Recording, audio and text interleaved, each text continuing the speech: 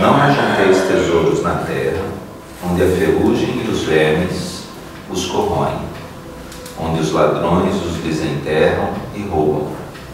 Mas formai tesouros no céu, onde nem a ferrugem, nem os vermes os corroem, porque onde está o vosso tesouro, aí também está o vosso coração. Por isso eu vos digo, não vos inquieteis por saber onde achareis o que comer para o sustento da vossa vida, nem de onde tirareis roupa para cobrir o vosso corpo. A vida não é mais do que o alimento, e o corpo não é mais do que a roupa. Observai os pássaros do céu, eles não semeiam e não colhem, e não amontoam nada nos celeiros, mas vosso Pai Celestial os alimenta.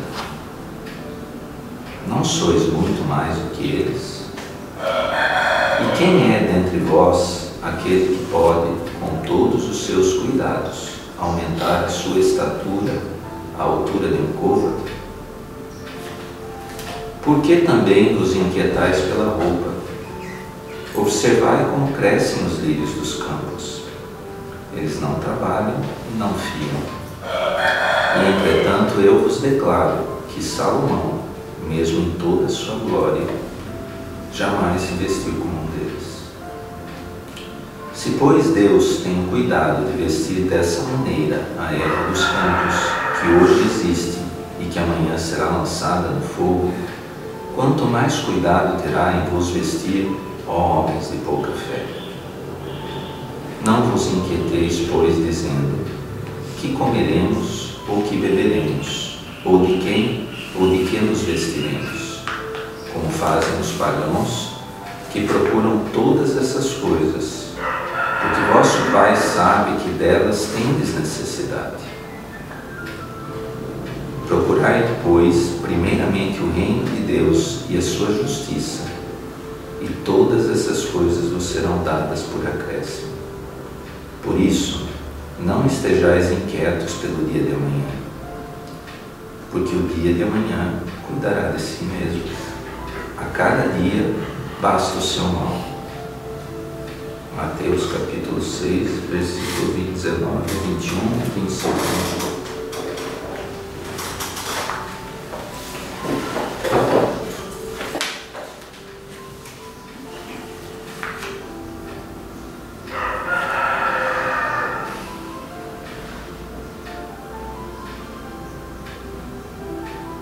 Deus, Pai infinito amor, Jesus, nosso mestre e amigos espirituais, aqui presentes em nossa casa de oração, a nos acompanhar nesse estudo. Mestre, pedimos mais uma vez, por misericórdia, a tua presença entre nós, para iluminar os nossos pensamentos. Que possamos, Senhor Jesus, entender as palavras do teu Evangelho. Que não nos preocupemos tanto com o dia de amanhã,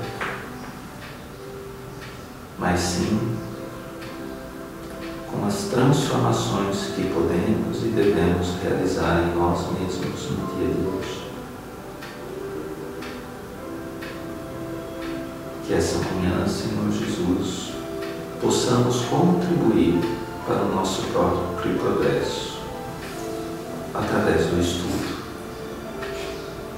Pois o estudo, Senhor, abre-nos a mente ao entendimento das coisas do Pai. Como mesmo nos disseste, Senhor, como entender das verdades divinas se mal compreendemos aquelas verdades que nos falam mais próximo ao coração na vida encarnada. E dentre elas, a mediunidade, essa faculdade bendita que Deus nos oferece, é uma delas, Mestre. E quanta dificuldade ainda temos em compreendê-la. Como instrumento divino a nos propiciar a oportunidade de nossa transformação espiritual. Então, Senhor Jesus, que nessa manhã nos preocupemos um pouco mais na compreensão da nossa divinidade, sem nos determos mais com preocupações que não nos dizem respeito nesse momento. Então, que Tua luz possa nos envolver, tocar os nossos corações e as nossas mentes, e que esses minutos que aqui estaremos juntos como irmãos possam ser muito proveitosos para o dia a dia de nossas vidas. Esteja conosco, hoje e sempre, que assim seja.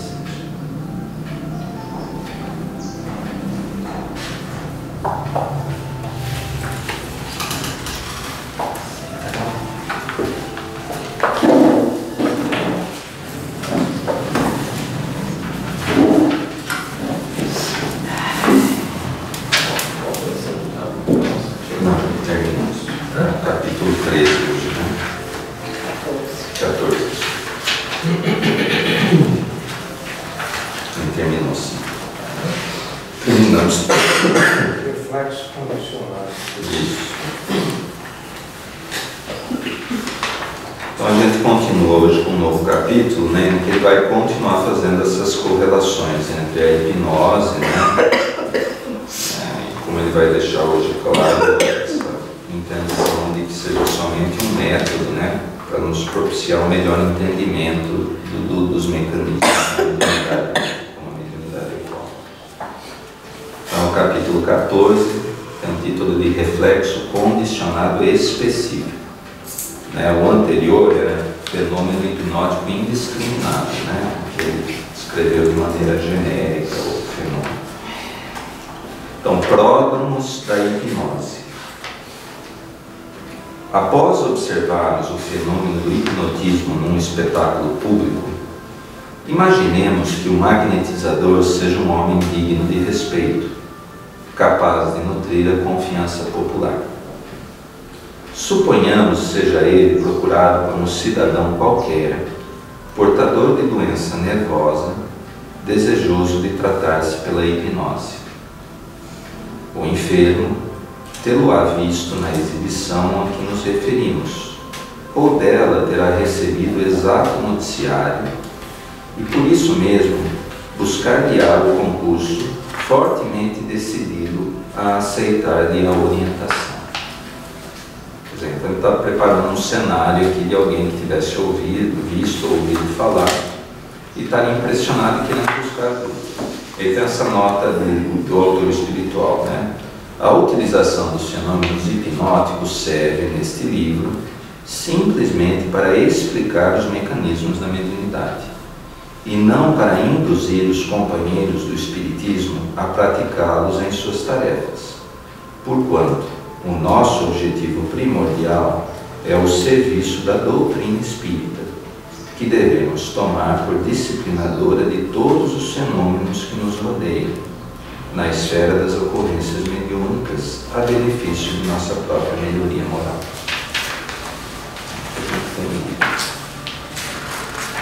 Então, o hipnotizador, de imediato, adquire conhecimento da atitude simpática do visitante e acolhe-o com manifesto carinho.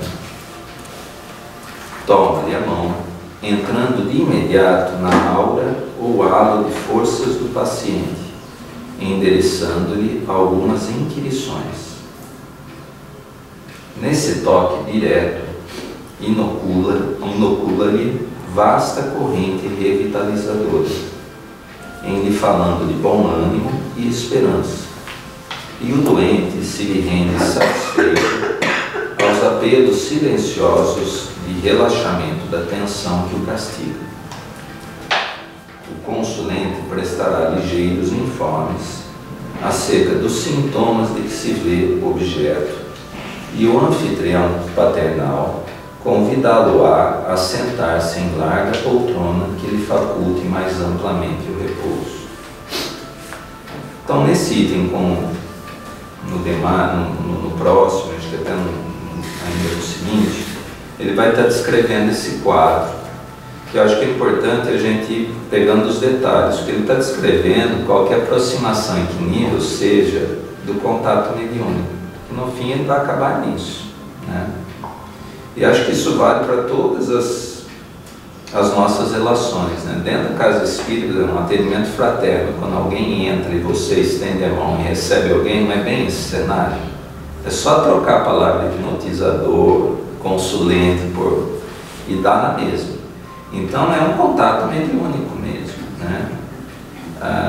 No trabalho mediúnico, né, o médium tentando, na verdade é isso, ele está tanto o médium doutrinador, é essa relação que você tenta envolver, ou se propõe a envolver quem está buscando ajuda dentro de uma aura de entendimento em que a pessoa até certo ponto se submeta àquilo que você quer, de livre e espontânea vontade, àquilo que você quer passar para ela, né? E então, quando as coisas não caminham bem, é porque isso não ocorreu, né? Que é uma das coisas, né?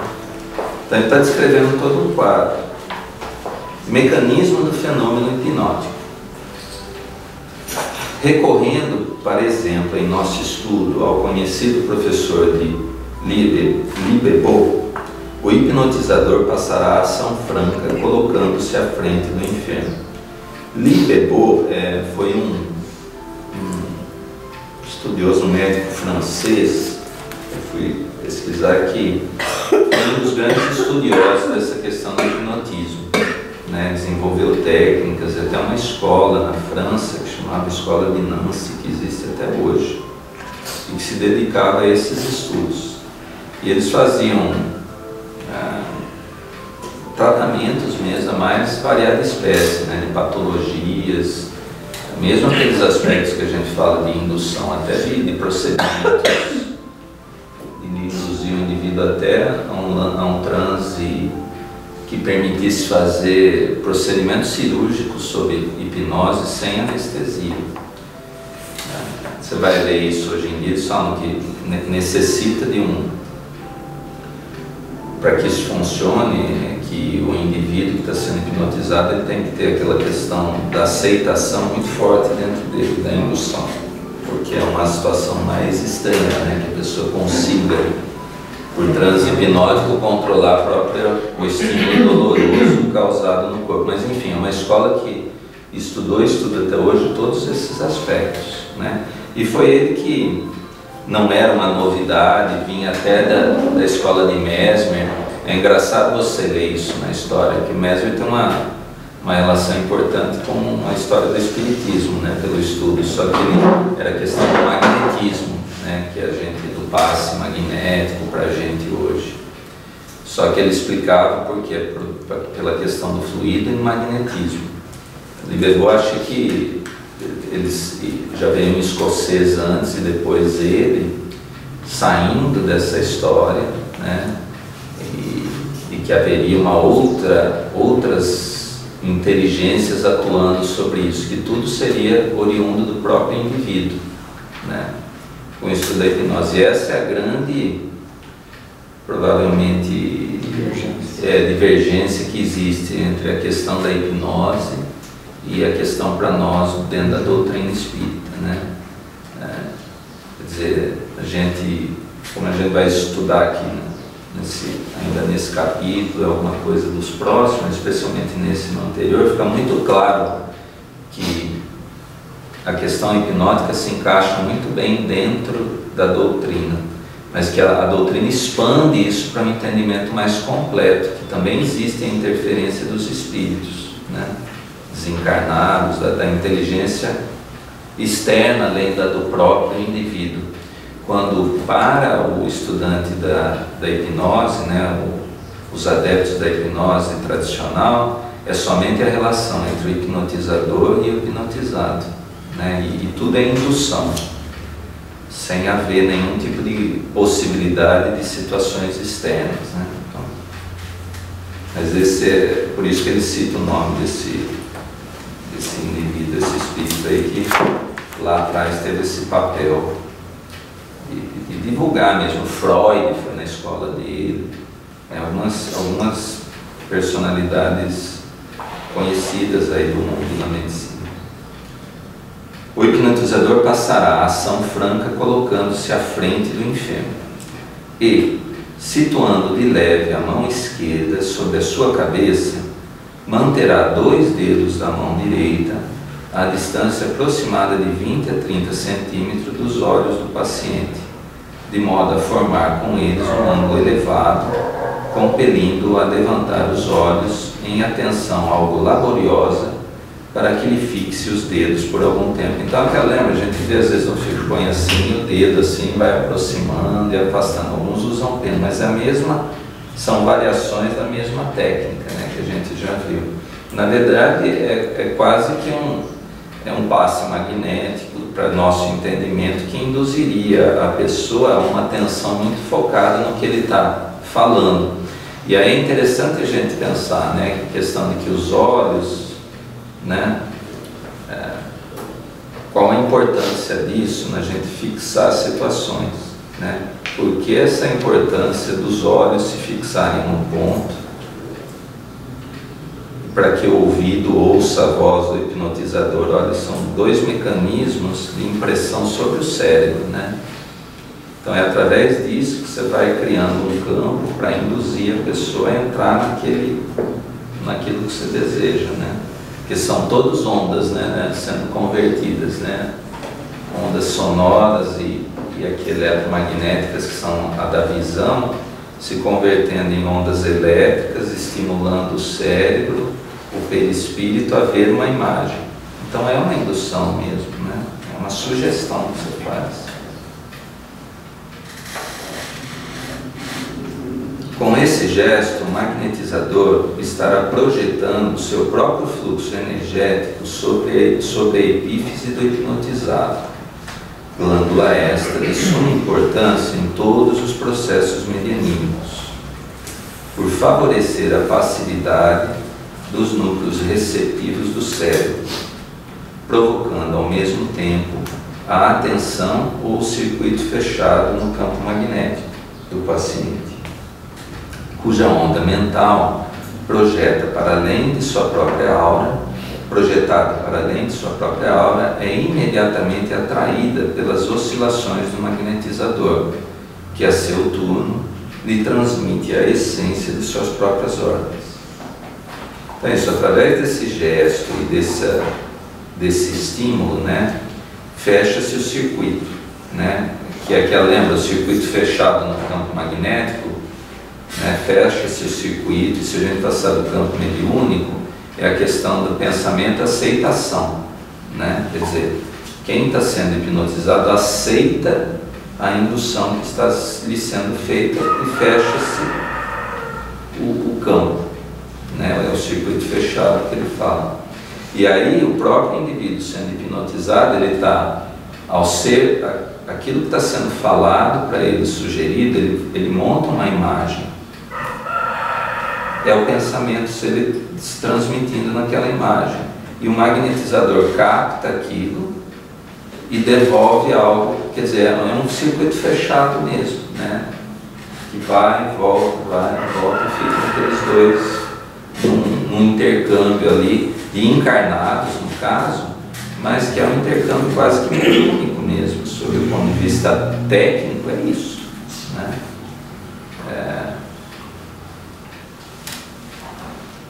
Libertando as aglutininas mentais do sono.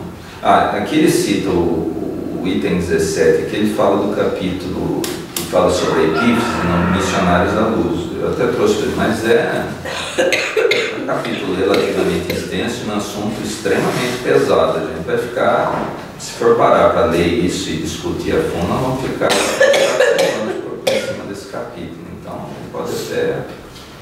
Mas assim, em linhas gerais, todos acho que já ouvimos falar da importância dessa glândula, né? Sob o ponto de vista psíquico para cada um de nós, né? Então é por isso que ele cita essa referência. Então, libertando as aglutininas mentais do sono, o passivo, na hipnose estimulada, se vê influenciado pela vontade que lhe comanda transitoriamente os sentidos. Vontade essa a que, de maneira habitual, adere de modo próprio, quase que alegremente. Quer dizer, mais uma vez reforçando, é a vontade do hipnotizador, mas que estimula a vontade do hipnotizado, né? Não existe essa história de, olha, eu sou uma marionete. Você escolhe ser uma marionete, mas você movimenta suas forças dentro de você, né? Espírito nenhum, encarnado ou desencarnado, tem esse poder, né? De poder, depende da nossa aceitação, né? É um circuito que se fecha entre os dois, e não alguém que simplesmente assume o circuito e passa a comandar dali. Então, são sempre escolhas, né, que a gente faz. É então que o hipnotizador, para fixar com mais segurança sua própria atuação, exclama em tom grave e calmo: não receio, segundo o nosso desejo, passará você, em breves instantes, pela mesma transfiguração mental a que se entrega cada noite, transitando da vida ativa para um entorpecimento do sono, em que os seus ouvidos escutam sem qualquer esforço, e no qual não se sente você disposto à voluntária movimentação. Durma, descanse, repouse na certeza de que não terá consciência do que ocorra em torno de nós. Despertará você do presente estado quando me aprouver, perfeitamente aliviado e fortalecido pela supressão do desequilíbrio orgânico. Então aqui entrevê muita coisa nisso, né? Segundo o nosso desejo, né? Segundo situações absolutamente normais do dia a dia, quer dizer, você vai dormir, você não vai ter nenhuma consciência do que ocorra aqui, né? E vai despertar quando me aprouver, não quando te aprouver. Quer dizer, é uma indução que fala muito a favor disso, né? Quer dizer, eu vou me entrando nesse campo da sugestão, né? Agora, é aquela história, né? Se a gente pensar em mediunidade e influenciação, que espírito iluminado vai sugerir algo desse tipo. Você vai observar quando me aprouver, né? Não é isso, é sugestão que geralmente a gente precisa ser muito cuidadoso, né? Porque vai muito de encontro àquilo que às vezes a gente quer, né? Resolva o meu problema, não importa como, né? Eu não quero nem saber como é que você vai resolver isso. E utiliza-se, vai despertar do presente estado quando me aprouver perfeitamente aliviado e fortalecido. Então, às vezes a gente é instrumento daquilo que a gente deseja que seja feito, né? Mas a gente dá todas as possibilidades, né? Porque é uma junção de coisas. Esse hipnotismo aqui, a gente até, eu acho que até acontece na relação mediúnica, na hora que você começa a ter contato com o espírito, quer dizer, ele vai trazendo para você uma ideia e você vai aceitando essa ideia. Sim. Se você não aceitar, recusar essa ideia, se você não fecha o ciclo. Não fecha. Então ele trata aqui como um hipnotismo, né? Mas é uma relação que você vai mantendo, é uma situação igual a essa daqui mesmo. Quer dizer, ele vai trazendo uma ideia, você vai se contaminando com essa ideia, deixando acontecer, até que ele passe a ser mais ele do que você, né? Que é assim que acontece. Eu acho que isso é que é o que dificulta inicialmente aquelas pessoas mais céticas, que são médios, que têm médios ostensivo, de começar o processo porque começa, interrompe, né? Não deixa esse hipnotismo tomar conta. Né?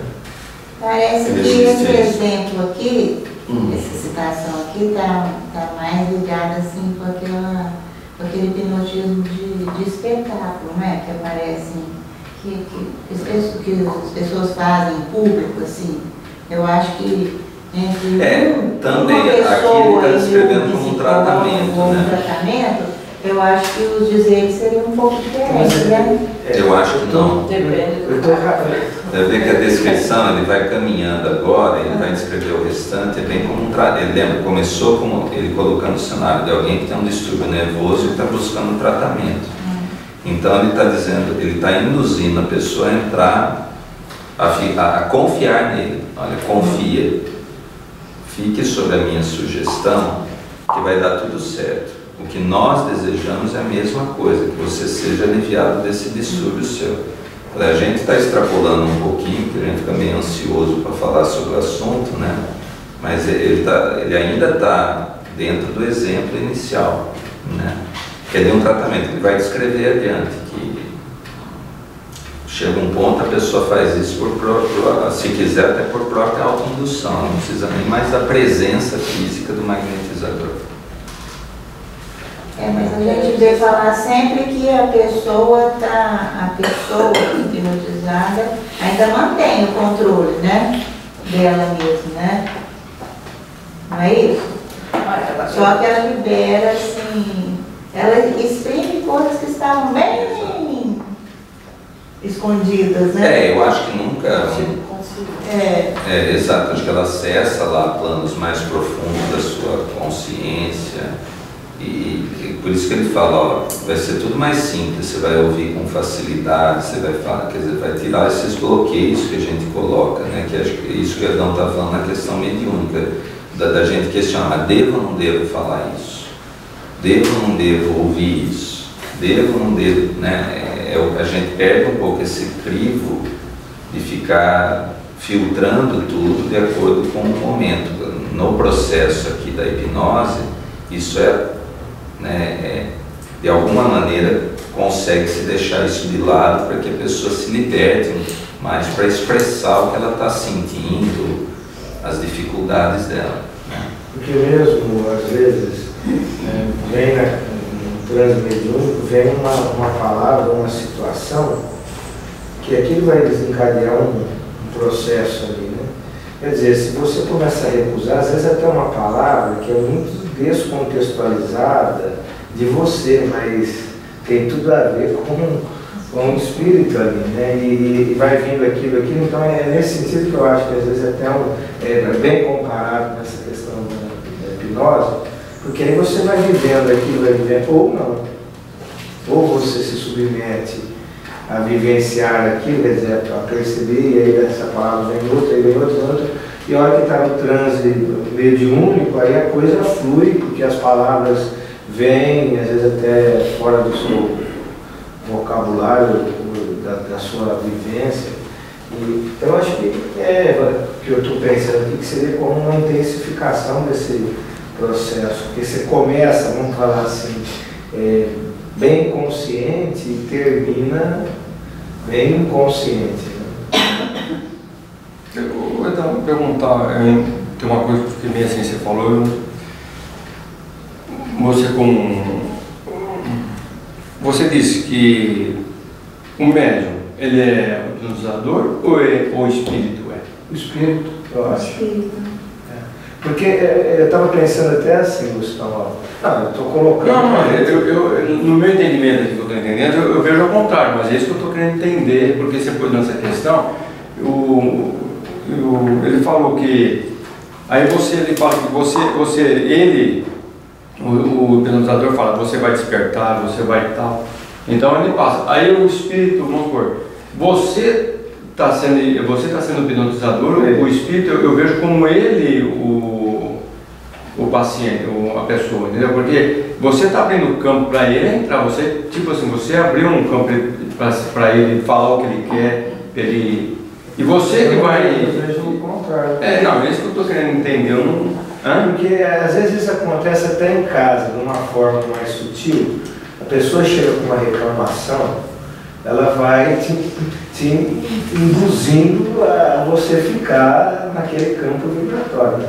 Então, por exemplo, quando você tem, e é dessa forma que eu estou colocando, né? Então, às vezes você está numa reunião mediúnica e comigo acontece assim, começa a vir alguns pensamentos. Então, vem lá uma coisa às vezes descontextualizada, está chovendo muito, por exemplo. Quer dizer, está chovendo muito, não tem nada a ver com o tempo, não tem nada a ver com o seu contexto. Bom, ou você refuta isso, ou você começa a falar, mas o que está acontecendo? A palavra é essa, está chovendo muito, tá? E aí você vai deixando, vai se envolvendo naquela ideia. Aí depois vem, está chovendo muito, que pode ser, estou montando uma situação, que pode ser que aquela pessoa tenha desencarnado sei lá, uma enchente, uma coisa. E aí vão surgindo outras coisas, aí vem a enchente na sua cabeça. Aí da enchente vem lá um quarto, aí vem que ficou preso numa cama. Então isso eu entendo que é como você está... É como ele estivesse passando por você. E você deixando. Eu não imagino Mas que é só... Não, mas antes, desculpa, mas aí depois quando o Mário falou, qual que é a diferença entre na parte de hipnotismo com o espiritismo? Você falou que diverge. Eu acho a grande... Então, o que eu imagino que num trabalho mediúnico, a coisa é um pouquinho diferente. Eu acho que o hipnotizador é o espírito responsável pelo médium. E, na verdade, a hipnose é dos dois lados. Ele é um intermediário que favorece, porque ele que tem a maior intimidade com a questão de sintonia com o médium, que eles têm essa relação, né? O espírito guia do médium.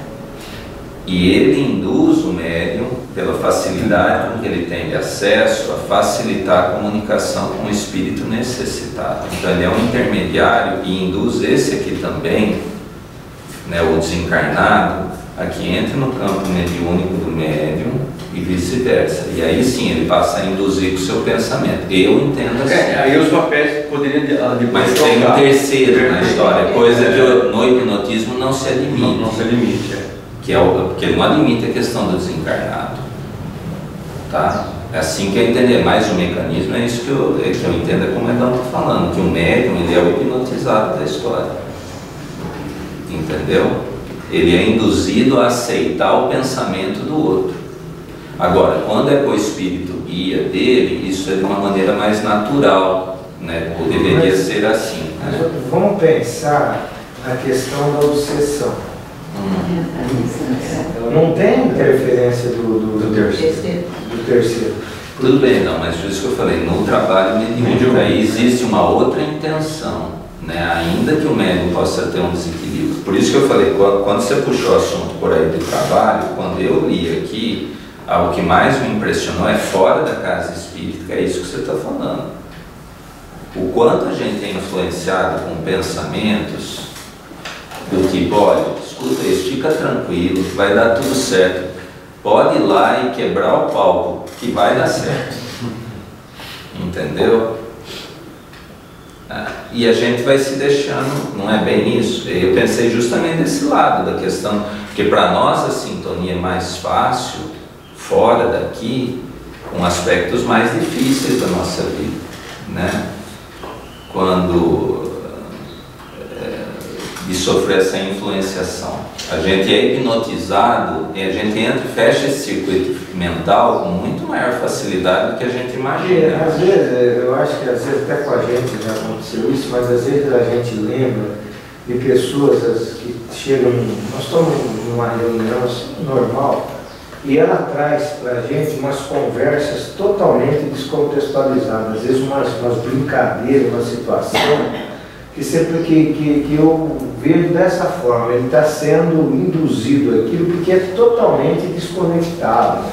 Uma coisa às vezes até chata, que você não sabe como fazer, porque está totalmente fora, aí você pegou. Então eu acho que essas pessoas, elas estão tendo uma hipnose mesmo, porque é algum espírito que fala para ela lá, vai lá e faz isso, para justamente jogá-la no ridículo, numa situação, e a pessoa chega e coloca aquela Porque eu acho que a situação. gente vê isso até em grupos, né? Eu acho que se quiser, nós já tivemos experiências de grupo nosso, né? Não tem por que não precisamos dar super detalhes de nomes, mas da situação, que é nosso aprendizado. Da gente se reunir na casa de outros para uma coisa puramente de uma festividade e uma coisa de confraternização, e algo que começa com uma confraternização, alguém toma uma atitudezinha, ó, uma troca de presentes, sabe? Uma brincadeira. É isso que ele falou, vai lá e faz isso. Então, fulano pega um, eu vou lá, eu pego dele. Meu, meia hora depois estava uma guerra no lugar. O que é isso, senão um episódio? Nós vivemos isso, vimos claramente a questão de um ser influenciado e desencadear uma situação toda. Então, quando eu li isso aqui, me soa muito isso. No dia a dia, essa relação é um a um mesmo. Eu estou falando, dentro da casa espírita, eu acho que tem todo um recurso, e até nós mesmos nos preparamos melhor mentalmente, porque vai ser feito aqui. Eu penso até assim, na questão, né, desse terceiro ali, se for assim, imagina um espírito, então o Eulito Barcelona está aqui e ele se dá um recado para nós. Né? Como é que ele vai fazer isso? Então, de repente, um terceiro interfere naquele que é menos pior, Mas aí no. para que ele possa comunicar. Não, porque aí o mentor vai falar assim, ó, no Edão tem aquele negocinho lá, achou, pronto, ela ia atua. Não, mas aí o Mike dizia assim, o espírito ele não tem esse conhecimento que tem o para fazer esse trabalho, né? Ele precisa de alguém que ajude e oriente ele, né? Eu não sei se conhecimento não falo. Às vezes eu tenho um pouco de conhecimento, eu tenho vontade. Mas eu tenho um pouco do conhecimento. Eu queria entender quando é que não há interferência do terceiro. Não, é no caso do Ele dia a dia, como ele diz, no dia a dia. Por exemplo, no dia a dia nosso, quer dizer, a gente tem essa ligação, tá bom? Mas eu tenho a presença do meu amigo espiritual, ele me acompanha em pensamento o tempo todo, acompanha. Mas eu o acompanho todo o tempo em pensamento? Não. Senão você não brigaria. Mas eu sou um veículo de transmissão. E eu escolho, por essa sensibilidade, que é a questão mediúnica, dar ouvido para sugestões. Porque para isso eu tenho muita facilidade, porque eu tenho muitas referências na minha memória para isso. Entendeu? Então são aquelas sugestões. Por que a gente às vezes se envolve numa discussão inútil, que desarmoniza, e você fala, poxa, mas de novo. Não querendo botar a culpa sempre no desencarnado, mas às vezes ele faz só isso, ele fala, olha, é que a gente precisava continuar a ler, porque aí vai esclarecer melhor. O espírito esclarecedor também, como o caso de Divaldo, que é um caso de atendimento de um espírito obsessor muito agudo, ele também atua como hipnotizador no esclarecimento. Eu estava pensando a mesma coisa que ele. Sim, gente, é que eu falo. Nem sempre o espírito intermédio, pode ser o encarnado. Pode ser também. encarnado, doutrinando. Isso é seu Divaldo, doutrinador. Doutrinando ele vai atuar como hipnotizador naquele espírito que está. Sim, é o que eu estou falando. Isso aqui, ó, a corrente, se a gente pensar em corrente elétrica, a coisa funciona para todos os lados aí. Né? Não existe. Quando fecha o circuito, o pensamento do outro atua sobre a gente e o nosso sobre ele. Por isso que eu falo, às vezes o papel inverte, né? Pode ser. Quando você dizer, acontece nas duas situações, pode ser o espírito Então, encarnado ou desencarnado, aquele que tem maior depende de quem moral, vai ser sugestionado por quem. A questão que a Márcia colocou, controla ou não o terceiro, né? Eu acho assim, em questão do hipnotizador, tratando-se de uma hipnose, tá? Ele pode ter ou não essa interferência, e dependendo do hipnotizador, ele pode, do hipnotizador ou do hipnotizado, pode perceber ou não, e pode ter ou não. Às vezes ele está achando que é só dele, hipnotizador e hipnotizado, e ali tem uma interferência, sem que nenhum perceba. Ou não, não é? Certamente. Até porque se a gente trabalha, até porque se for a proposta de um tratamento sério, para o paciente, é claro que o amigo espiritual vai se utilizar daquela ferramenta que está ali precisando para auxiliar. Porque naquele no livro A Confissão da Casa Espírita, fala um templo evangélico. Então o pastor está ali falando, até contra o espiritismo, e os guias protetores estão ali. Na hora que ele induz a oração, os guias protetores vão dar paz em todos ali. E eles realmente se sentem bem e acreditam que é por conta do pastor. Mas é por conta da espiritualidade que está ali. Não, tudo bem. Pode perceber ou não. Porque a gente mesmo para entender, a gente meio limitado, fica muito rígido nas coisas, né? E a coisa é muito mais sutil e maleável, toda essa energia sendo, né, manuseada. Então aí, o doente enlanguece, satisfeito, acalentado pela sua própria onda mental de confiança. Sua própria onda mental de confiança, exteriorizada ao impacto do pensamento positivo que o controla. E o hipnotizador reafirma, tocando-lhe as pálpebras de leve: durma tranquilamente, tudo está bem, acordará livre de todo o mal. Acalme-se e espere, não sofrerá qualquer incômodo. Dentro de alguns minutos, chamá-lo-ei à vigília. O doente dorme e o magnetizador retira-se por alguns minutos. Vamos continuar, para não polemizar. Mecanismo da hipnoterapia. Enquanto adormecido, a própria onda mental do paciente, em movimento renovador e guardando consigo as sugestões benéficas recebidas, atua sobre as células do veículo físico-psicossomático, anulando tanto quanto possível as inibições funcionais existentes.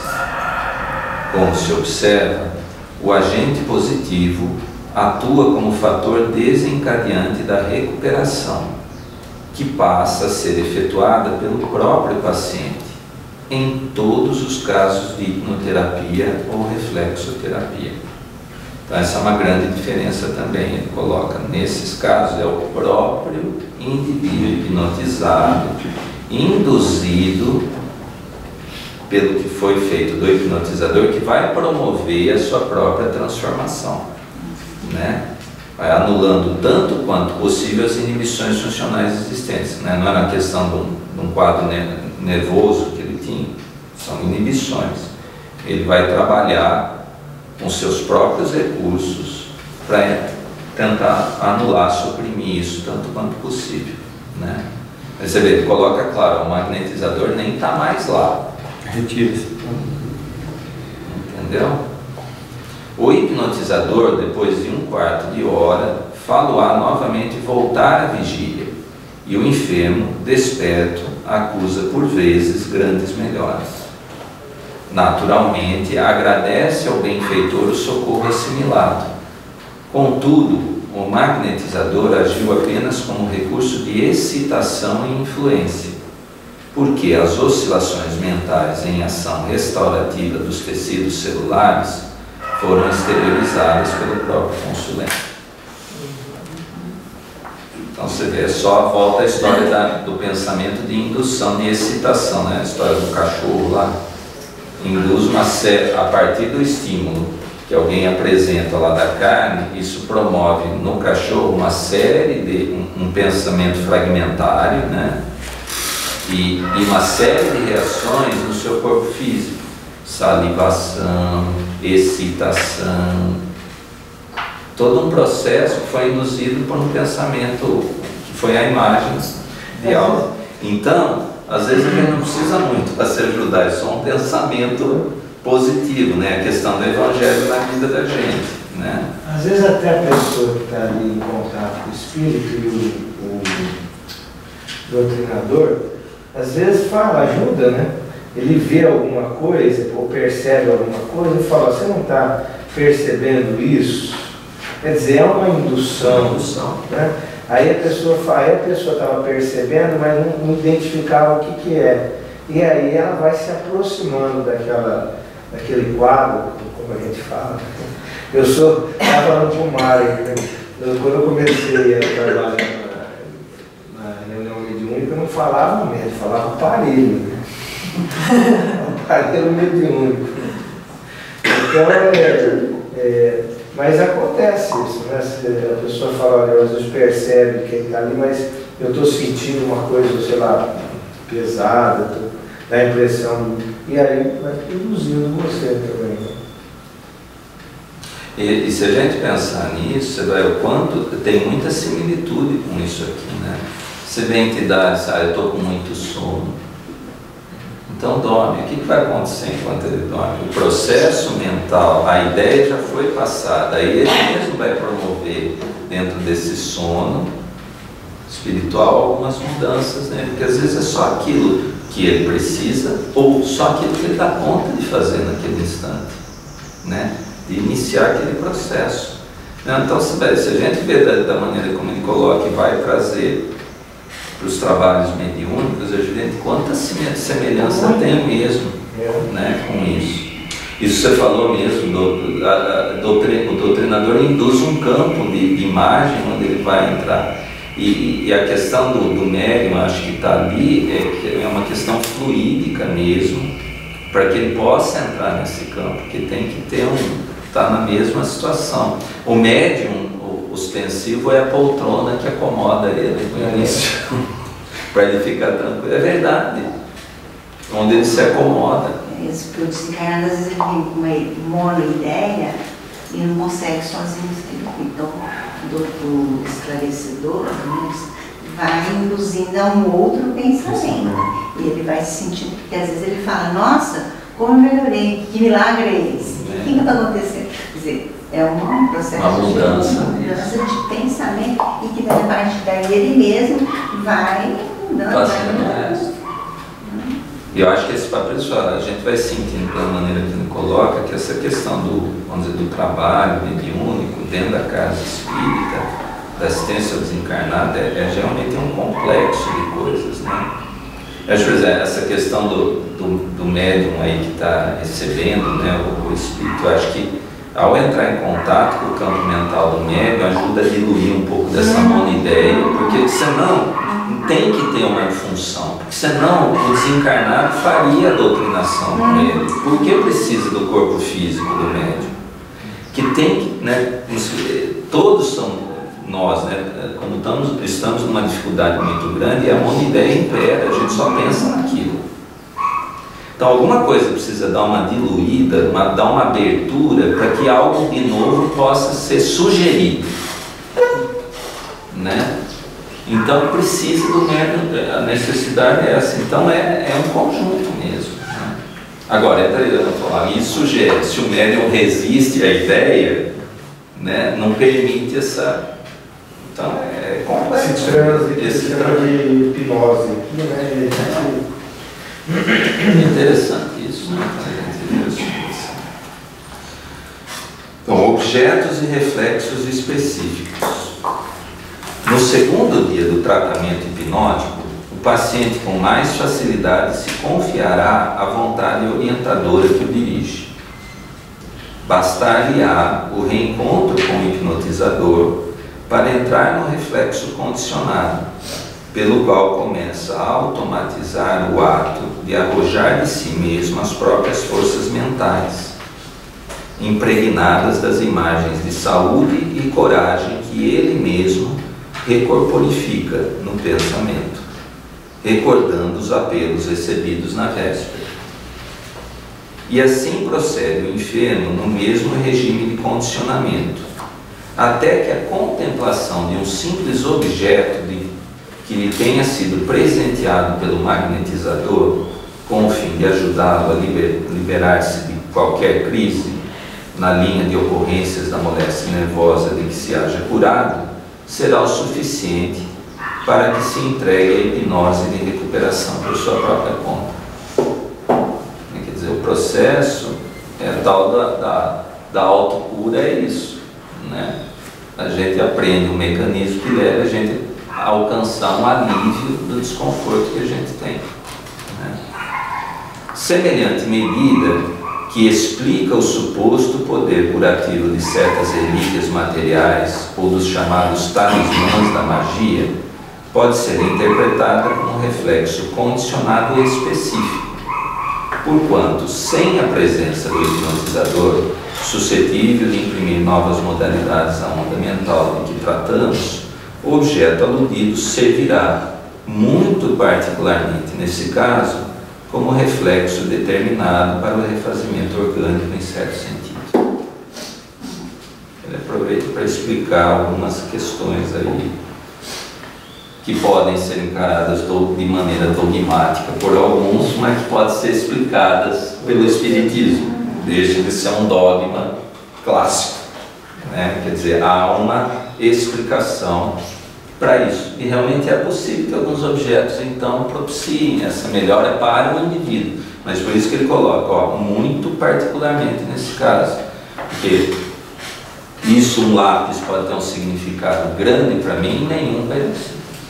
Que depende da relação que houve aqui. Porque é só um veículo de ligação, né? Ao ver aquilo, eu me ligo com algo. Né? As imagens, é a mesma coisa. Quem bota a santa lá, então a gente precisa pensar bem antes de criticar, porque às vezes tem uma explicação doutrinária do porquê aquilo às vezes promoveu uma melhora extraordinária naquela pessoa, porque é um mecanismo para às vezes ela induzisse a um processo de alívio que ela tem com aquele espírito, então, para ela é significativo. Eu acho que está ligado mais assim, a esse campo que ela abre nela de aceitação daquilo, né? Quer dizer, é um momento mesmo espiritual, não é a imagem aí, mas é a fé que ela tem, que é um... Mas com os objetos, às vezes eles acabam fazendo isso com a gente. Por exemplo, se a gente ganha, eu tenho uma medalha que eu ganhei da minha mãe, que ela me deu com fé. E aquilo é um presente que ela colocou naquilo. Então, aquilo me remete àquela sensação. Então, para vocês, aquele objeto não vai me remeter ao meu pensamento. nada, Então, não é o objeto em si, mas o que me remete esse objeto? A tipo de lembranças, meu pensamento. Né? Então, eu acho que o bacana é dela essa compreensão. Quer dizer, a gente sai também da aspecto da crítica só. Né? Exatamente. Daí está mais ou menos quase a psicometria, né? Que é você deixa o objeto impregnado no magnetismo que é relacionado àquela pessoa, que você tem um contato. São duas coisas diferentes. Mais ou menos isso daí, mais ou menos eu vi, né?